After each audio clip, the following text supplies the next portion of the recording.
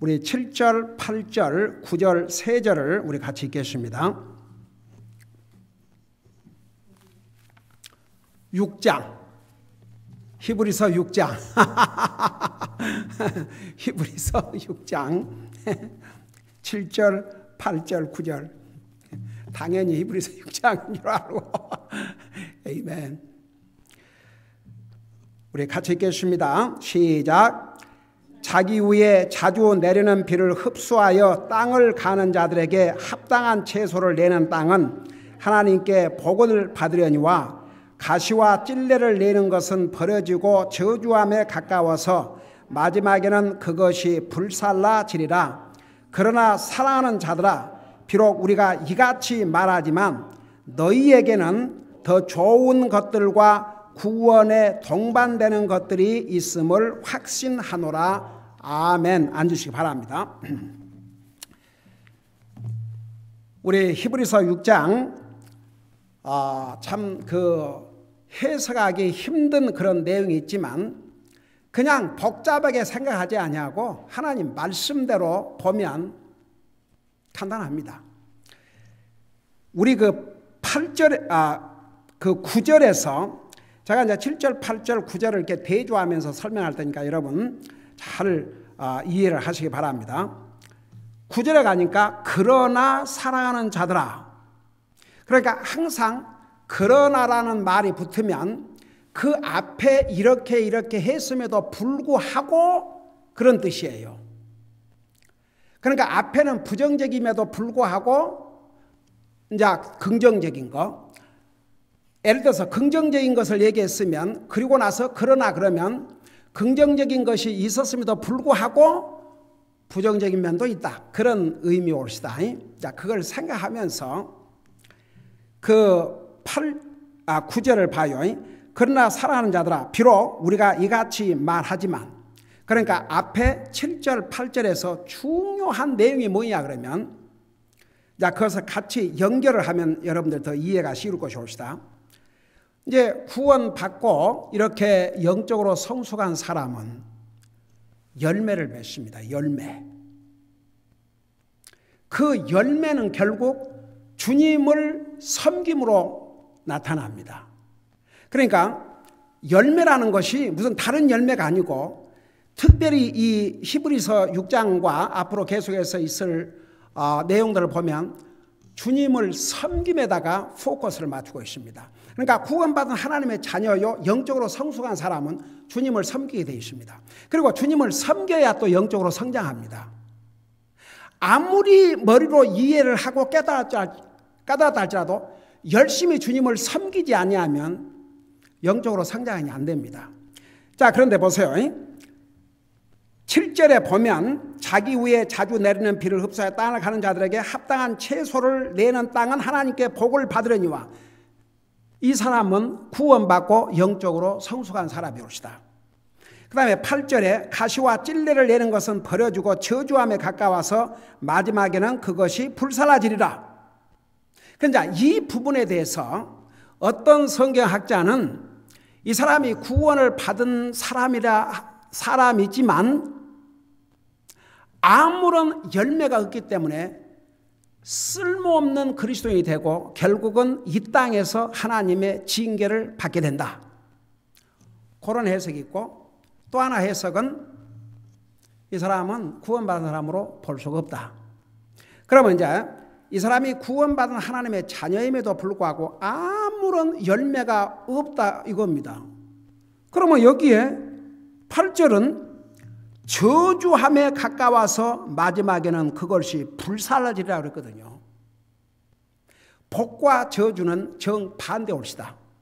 그래서 제가 지난 수요일 날 아주 간단한 것은 성경 모든 곳을 다 볼 때 주님을 영접하고 구원받아 하나님의 자녀가 되면 열심히 주님을 섬기는 것이 그게 바른 자세고 그렇게 하면 걱정할 거 없습니다. 여러분 심지어 구약 성경에도 주의 일을 게을리하는 자는 저주를 받으라고 그랬습니다. 제가 정확하게 에레미야인지 이사야인지 얼른 생각이 나는데, 그러니까 구약 시대에도 마찬가지고 신약 시대도 마찬가지고 그래서 구원받고 하나님의 자녀가 되면 하나님의 뜻은 열심히 주님을 섬기는 것이옵시다. 자, 그런데 보세요. 이제 이 8절을 이 사람이 구원받은 사람일 수도 있지만 만일에 이 사람이 영적으로 성숙하지 아니하면 이 땅에서 그 징계를 받게 된다. 자, 그것을 잠언 11장 31절, 그 다음에 히브리서 10장 23절, 그 다음에 디모데전서 1장 19절 세 군데를 보겠습니다. 여러분 잠깐 잠언 11장 31절을 보시기 바랍니다. 잠언 11장 31절.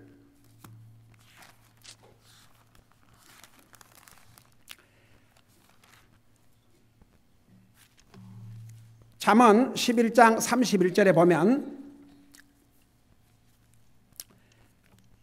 자, 찾았으면 우리 같이 한 목소리 읽어봐요. 시작. 보라, 의로운 자는 땅에서 보응을 받을 것이요 사악한 자와 죄인은 더욱 더 받으리다. 여기에 의로운 자는 구원받은 하나님 자녀거든요. 의로운 자가 땅에서 보응을 받는다고 그랬어요. 여기에 보응은 무슨 보상이 무슨 좋은 의미가 아니고, 그 다음 절에 보면 사악한 자와 죄인은 더욱더 받으라고 그랬으니까 형벌적인 보상을 이야기합니다. 형벌적인 보상, 좋은 보상이 아니고. 그러니까 의인은 땅에서 그거 해결해야 하려고 하죠. 그래서 이제 만일에 그 8절에 나오는 사람이 구원받은 하나님의 자녀인데 영적으로 성장하지 못했다. 그래서 쓸모없는 삶을 산다. 그러면 이 땅에서 하나님께서 징계하신다고 말입니다. 그래서 이제 성경은 히브리서는 뒤에 이제 계속 나오지만 하나님이 사랑하는 자를 징계하시나니 징계가 없으면 사생이라고 그랬어요. 그 다음에 이제 히브리서 10장을 보시기 바랍니다. 히브리서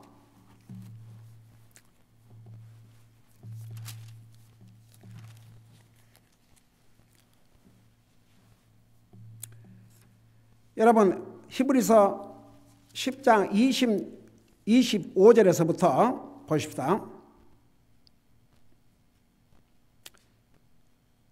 어떤 사람들의 습관과 같이 우리에 함께 모이는 것을 폐하지 말고 서로 권면하여 너희가 그날이 다가옴을 볼수록 더욱 그리하자. 우리가 진리에 관한 지식을 받은 뒤에 고의로 죄를 지으면, 여기에 특별히 죄는 뭘 가르쳤냐 그러면 그 23절 24절을 보세요. 약속하신 분께서 신실하시니 우리의 믿음의 고백을 흔들림이 없이 굳게 잡고 서로를 살펴보아 사랑과 선한 행위에 이르도록 격려하되, 그리고 25절 어떤 사람들의 습관같이 우리의 함께 모이는 일을 피하지 말고 서로 권면하여 너희가 그날이 다가옴을 볼수록 그리하자. 자, 우리가 구원받은 하나님의 자녀는 사랑과 선한 행위에 이르도록 서로 격려하고 열심히 모이기를 힘써야 됩니다. 그러니까 주님을 섬김을 가르쳐요. 이런 것을 다 안 뒤에, 이런 걸 다 가르침을 받고 알아요. 그 진리에 관한 지식을 받은 뒤에 고의로 죄를 지으면, 여러분 죄라는 게 꼭 무슨 도덕질하고 강도질하고 남을 해쳐야 죄가 아니고 하나님의 말씀을 불순종하고 하나님을 섬기지 않는 거 죄올시다. 왜 사람들이 안 믿는 사람들의 기준을 가지고 죄라고, 안 믿는 사람들도요 사람 죽인 거 죄라고 다 생각해요. 근데 안 믿는 사람이 하나님을 섬기지 않는 걸 죄라고 생각하지 않습니다. 하나님 안 믿는 걸 죄라고 생각하지 않습니다. 믿음으로 살지 않는 걸 죄라고 생각하지 않습니다. 여러분 성경은요 죄에 대해서 선을 알고도 행하지 않는 것은 죄라고 그랬고, 잘 들어봐요. 우리가 선 그러면 하나님 앞에 선을 행하는 것인데, 그리고 사람 앞에 선을 행하는 것인데, 하나님 앞에 선을 행하는 것은 하나님을 예배하고 섬기는 것이옵시다. 그걸 알고도 안 하면 죄고, 그 다음에 로마서에서 뭐라 하십니까? 믿음으로 행하지 않는, 믿음으로 하지 않는 것은 다 죄라 그랬습니다.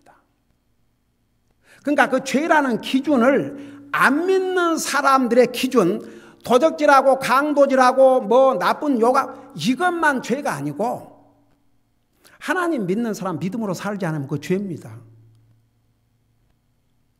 선을 알고도 행하지 않는 거 죄입니다. 열심히 모이기를 힘써야 하는데 그거 안 한 거 죄입니다. 그래서 그걸 알고도 죄를 지으면 다시는 죄들로 인한 희생물이 남아있지 아니하고. 자, 그거 보세요. 이게 무슨 말이냐. 여러분, 구약시대 때는 사람이 죄를 지으면 특별히 모르고 지은 죄에 대해서도 그 모르고 지었는데, 죄를 지었는데 그 발견되면 하나님 앞에 죄의 헌물을 드리라고 그랬다고요. 그래야 용서를 받거든요.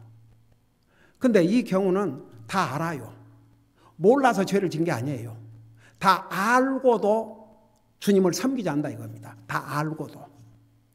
이게 이제 큰 문제죠. 다 알고도 주님을 섬기질 않아요. 그러니까 더 이상 희생물이 없어요. 무슨 희생물이 남았냐? 로마서 12장 1절. 내 몸을 살아있는 희생물로 드리라. 이것이 하나님께서 받으실 만한 합당한 섬김이니라. 결국은 자기 자신을 드려야 됩니다. 자기 자신을 드려서 주님을 섬겨야 합니다. 그 외에는 다른 희생물이 없습니다. 근데 안 한다 이겁니다. 그러면 27절에 대적들을 삼킬 불같은 경노와 심판에 대하여 두렵게 기다리는 일만 남았느니라. 28절 보세요. 모세의 율법을 멸시한 자도 두세 증인으로 인해 궁유를 얻지 못하고 죽었거늘 하물며 하나님의 아들을 발로 밟고 자기를 거룩히 구별한 언약의 피를 거룩하지 아니한 것으로 여기며 은혜의 영께 성령님 무례히 행한 자가 당연히 받을 형벌은 더 극심하지 아니하겠느냐. 너희는 생각해보라. 원수 갚는 일은 내게 속하였으니 내가 갚아주시라 주가 말하노라 하시고 또 다시 주가 자신의 백성을 심판하리라. 자신의 백성. 안 믿는 사람은 영원한 지옥의 심판이 올시다. 근데 자신의 백성을 심판하라고 말씀하신 분을 우리가 아노니 살아계신 하나님의 손안으로 떨어지는 것은 두려운 일이로다. 그러니까 만일에 아까 그 8절에 그 사람이 구원을 받고 영적으로 성숙하지 못해서 전혀 주님을 섬기지 않는 열매가 없는 이 사람 저주에 가까워하고 불태워지고 결국은 하나님께서 진노하시고 심판하신다고 말합니다. 이 땅에서. 자, 이 해석이 있고 또 다른 해석은 이 사람은 저주를 받고 불살라지는데 이 사람은 아예 구원받지 못한 사람입니다. 그러니까 결론은 그예요. 여러분 잠깐 12장을 보세요.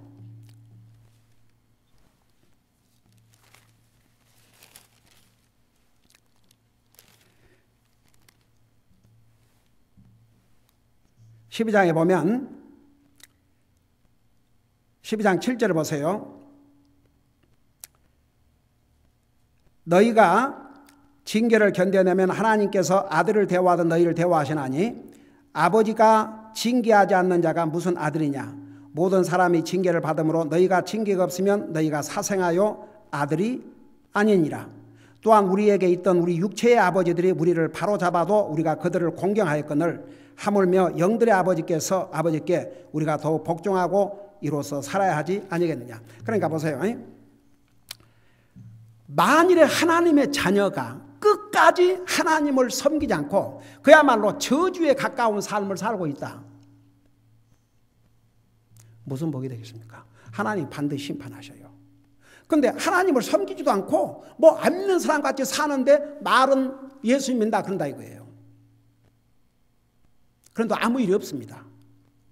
그건 이 말씀에 의하면 사생아 진짜 하나님의 자녀가 아니라 것입니다. 그래서 결론은 여러분 봐요. 우리는 주님의 그 희생을 통해서 구원을 받았습니다. 이거 절대 잊으면 안 됩니다. 여러분 이런 생각 들지 않으세요? 하나님은 전지전능하신 하나님이시니까 꼭 하나님이 사라의 모습으로 이 땅에 오셔가지고 33년 동안을 사시면서 사람들에게 그런 정말 그 수모를 겪으시고 꼭 십자가에 죽으셔야 됐겠는가? 전지전능하신 하나님께서 그 방법밖에 없었겠는가? 더 쉬운 방법이 없었겠는가? 없었어요. 우리의 죄가 그렇게 무서웠습니다.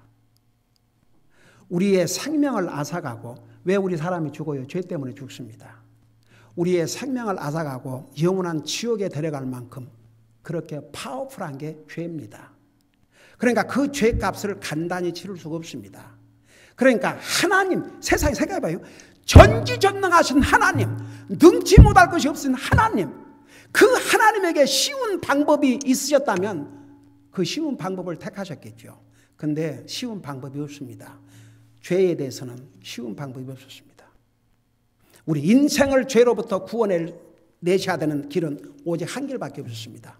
그래서 하나님이신 예수님께서 사람의 몸으로 이 땅에 오셔서 나와 여러분을 위해서, 우리를 영원한 지옥의 행보로부터 건져주기 위해서 자기 생명을 주셨지 않습니까? 그 희생, 그 대가가 얼마나 컸습니까? 그렇게 해서 우리가 값없이 구원받은 것입니다. 그러니까 우리가 값없이 구원받았지만 구원의 값이 공짜가 아닙니다. 하나님에게는 생명값입니다. 그렇게 해서 구원받은 하나님의 자녀들이 하나님을 섬기지 않는다. 이게 말이 됩니까? 그 불량양심 아닙니까? 그래요, 안 그래요? 아니, 그래요, 안 그래요? 아니, 가령 예를 들어서 사람과의 관계에서 어떤 사람이 나를 위해서 엄청난 희생을 하고 내가 필요할 때 나를 도와주고 어려울 때 건져주고 하여간 그렇게 도와줬는데 그 사람을 위해서 감사할 줄도 모르고 그 사람을 위해서 아무것도 해주기 싫어하고 그런다 그러면 그게 사람의 도리입니까? 한번 생각해봐요. 그런 사람과의 관계에서도 사람도 그러잖아요. 누가 나한테 이렇게 도와주고 잘해주고 그러면 뭔가 그래도 이렇게 보상하려고 그러고 대접하려고 그러고 나는 진희 자매 어떤 우리 김현숙 자매님을 통해서 김현숙 자매님이 정성을 다해서 치료를 해줘가지고 결국 거기에 감동을 받아가지고 저분이 나가는 교회가 어떤 교회인가 그렇게 해서 이제 우리 교회를 오게 되는데 거의 교회 올 때마다 저 자매님 얘기를 해요. 그래가지고 이번에도 우리 큰딸한테 자매님한테 무슨 선물을 좀 하고 싶은데 무슨 선물을 해야 그러니까 보세요.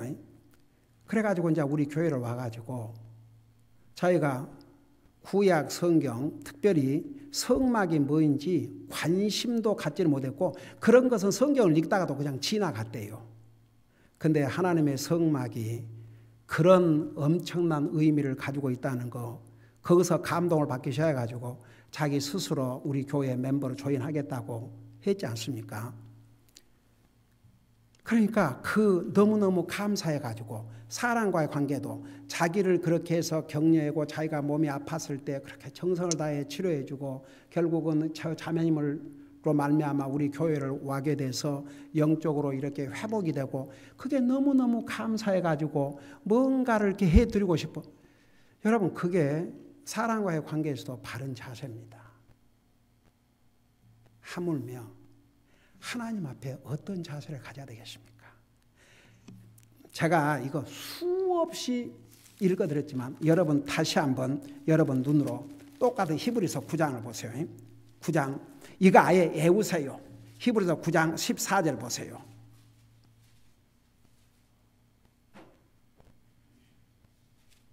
히브리서 9장 14절 내가 읽고 설명할게요. 하물며 그러니까 그 앞에 13절에 황소와 염소의 피와 암송아지의 죄를 부정한 자에게 뿌려 육체를 거룩히 구별하고 정결하게 하거든 하물며 영원하신 성령을 통해 자신을 점없이 하나님께 드린 그리스도의 피가 죽은 행위로부터 너희 양심을 얼마나 더 많이 깨끗하게 하여 살아계신 하나님을 섬기게 하겠느냐. 그러니까 정말 예수님의 희생을 통해서 구원받은 하나님의 자녀들의 양심이 하나님 섬기지 아니하면 그 양심 제대로 됐어요, 안 됐어요? 그런 뜻이에요. 어떻게 그 양심에 그리스도의 피로 구속받은 하나님의 자녀가 어떻게 그 양심을 가지고 주님을 섬기지 않겠냐 이거죠. 그러니까 결론은 주님을 섬기는 것이에요. 이제 이해가 되시죠? 그래서 다시 이제 히브리서 6장을 돌아가 보세요. 거기 보니까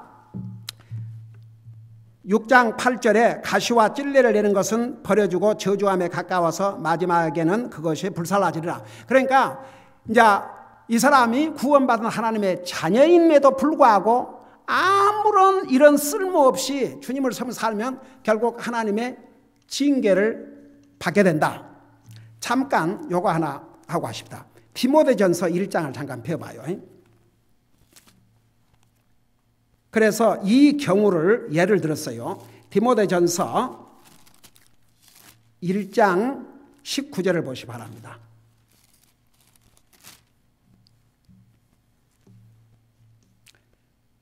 우리 19절 20절 자 여러분 보면서 들으세요. 믿음과 선한 양심을 붙들라.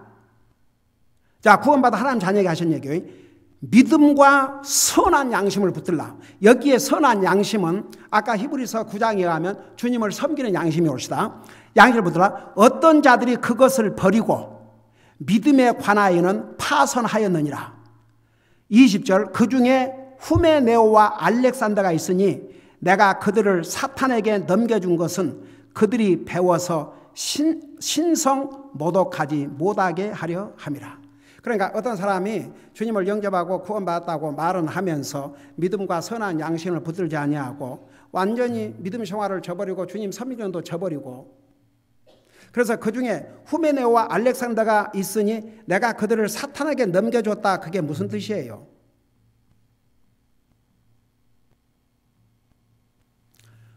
고린도후서에 의하면 사탄에게 넘겼다고 말은 차라리 죽는 것이 낫다 이거죠. 죽임을 당했다고 말입니다. 그러니까 이제 우리가 히브리서 6장을 마무리하면서 6장 그 부분을 마무리하면서 우리가 한 가지 알아야 될 것은 구원받은 하나님의 자녀가 된다면 영적으로 성숙해야 되고 영적으로 성숙해서 주님을 섬겨야 합니다. 자, 그 다음에 9절을 보세요. 이제 그 설명을 한 다음에 그러나 사랑하는 자들아. 요 구절은 definitely 구원받은 하나님의 자녀들이에요. 구원받은 하나님의 자녀들일 뿐만 아니라 영적으로 성숙한 그리스도인들을 향해서 이렇게 격려를 하고 있습니다. 비록 우리가 이같이 말하지만 그러니까 그 8절에 있는 그 내용 이렇게 하여간 영적으로 성숙하지 못해가지고 쓸모없는 그리스도인으로 살다가 하나님 앞에 이 땅에서 징계를 받든지 아니면 이 사람이 구원받지 못한 자들인지 이런 얘기를 했음에도 불구하고 오늘 진짜 구원받고 주님을 열심히 섬기는 우리를 위해서는 너희에게는 더 좋은 것들과 구원에 동반되는 것들이 있음을 확신하노라. 자, 이것은 구원받고 영적으로 성숙해서 열심히 주님을 섬기고 있는 사람들에게는 이게 약속입니다. 더 좋은 것들이 너희들에게 있다. 우리가 구원받은 하나님의 자녀가 됨으로써 그냥 구원받고 지옥을 면했다 하늘나라 간다 그것만 있는 게 아니고 더 좋은 것들과 구원에 동반되는 것들이 있다 이겁니다. 자, 그러면 도대체 더 좋은 것들, 구원에 동반되는 것들이 뭐가 있을까? 한번 이건 여러분이 보통 아는 상식으로 대답해서 자, 구원 받았다. 일단 지옥을 면하고 하늘나라 가야 된다 이겁니다. 간단히 설명하면 그 외에 또 뭐가 있어요? 네? 예, 상속 아주 잠깐 자매님이 그 얘기를 하셨으니까 여러분 잠깐 1장 똑같은 히브리서 1장 14절을 보세요.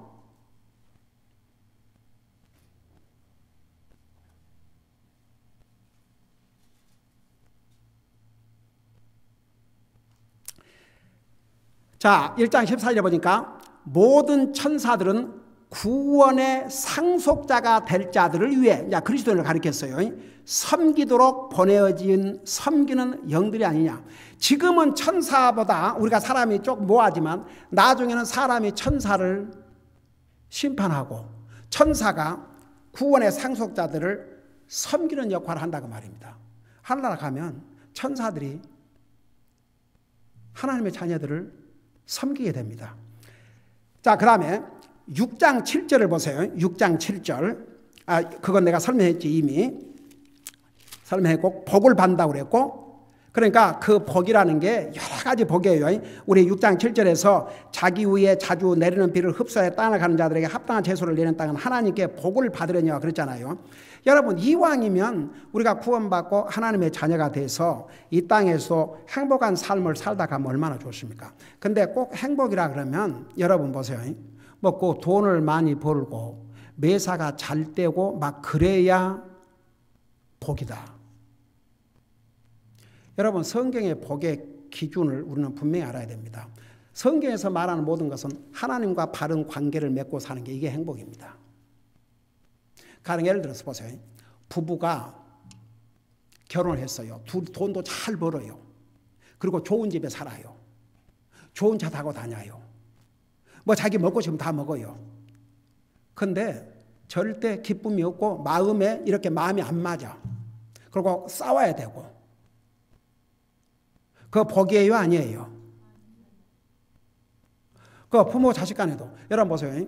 그런 날 있잖아요. 결혼한 남편이 와이프하고 싸우면 자기가 화를 냈든 어떤 간에 누구 잘못인 간에 밖에 나가면 일에 지장을 받는다 이거예요.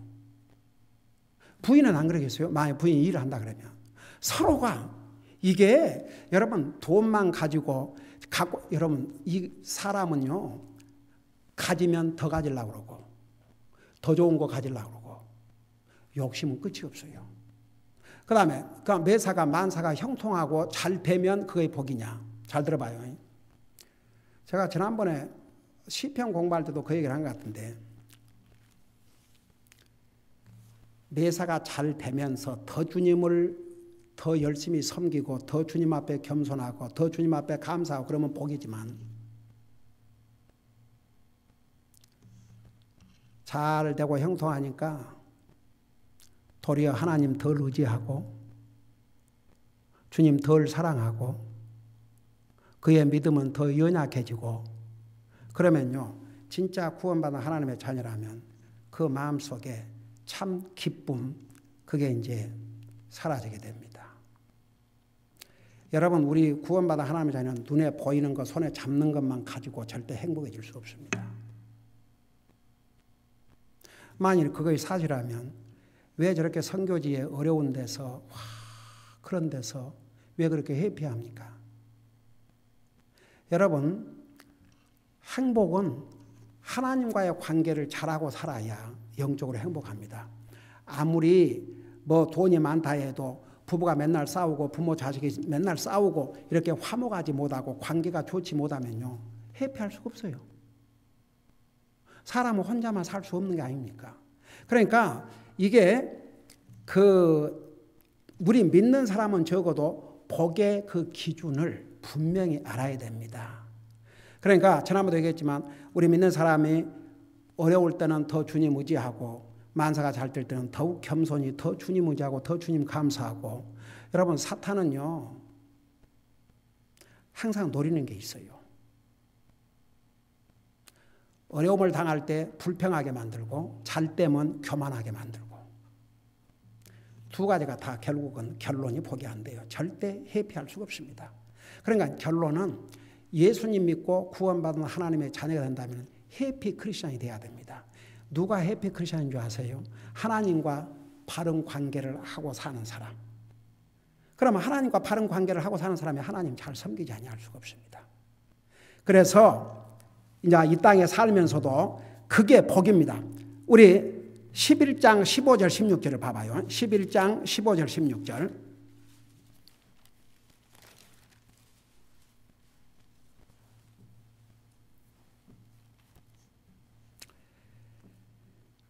이제 더 좋은 것들이라고 그랬는데 그 좋은 것들에 대해서 뭐라 그러느냐.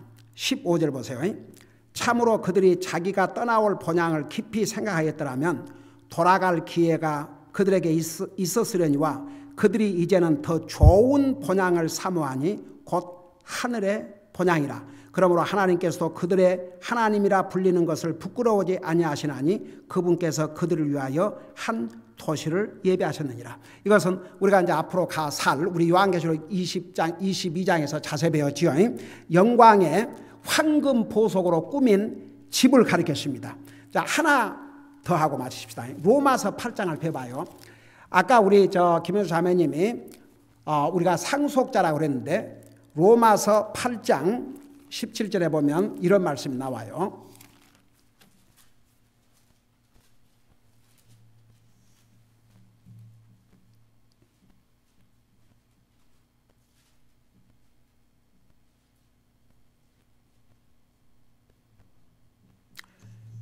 로마서 8장 17절입니다. 17절 18절.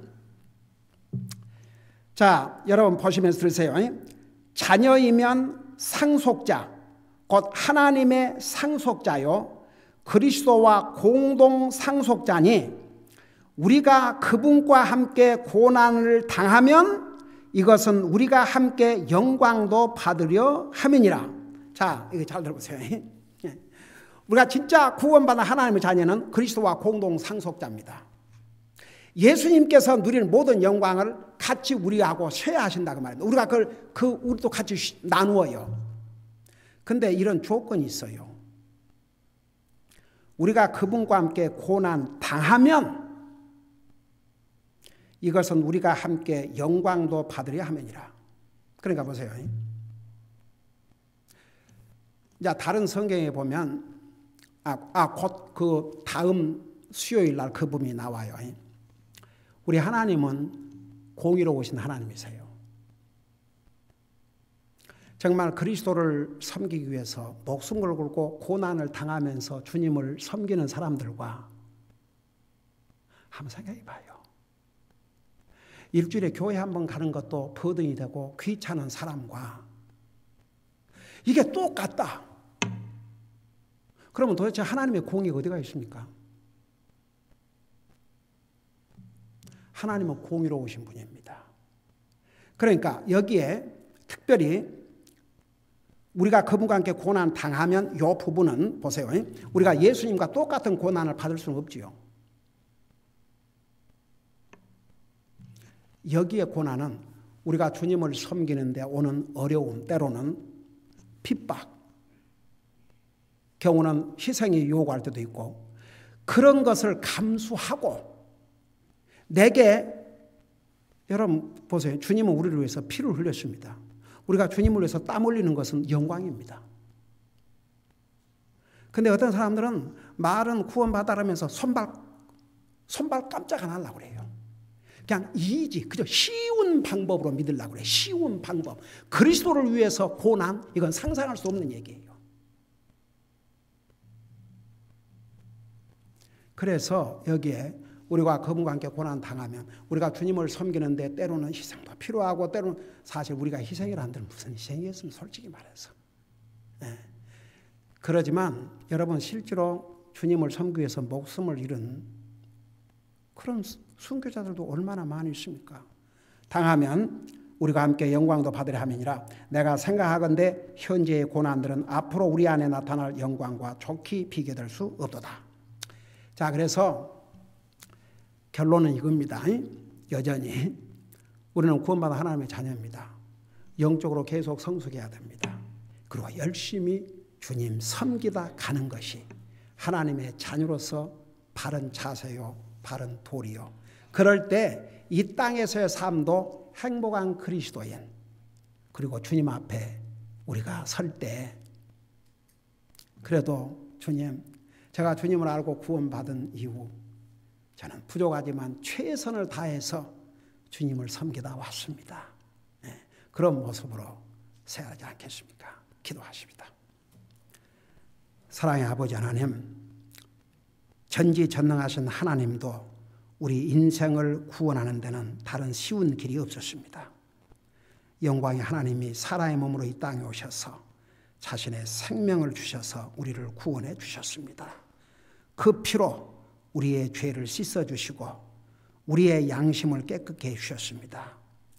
그 양심을 가지고 열심히 주님 섬기다 가면 우리는 이 땅에서도 복된 그리스도의 삶을 살게 되고 주님 앞에 설 때 또한 칭찬받게 될 줄로 믿습니다. 계속 영적으로 성장하게 하시고 열심히 주님 섬기다 주님 앞에 가게 하여 주시옵소서. 감사합니다. 사랑합니다. 예수님의 이름으로 감사 기도드리옵나이다. 아멘.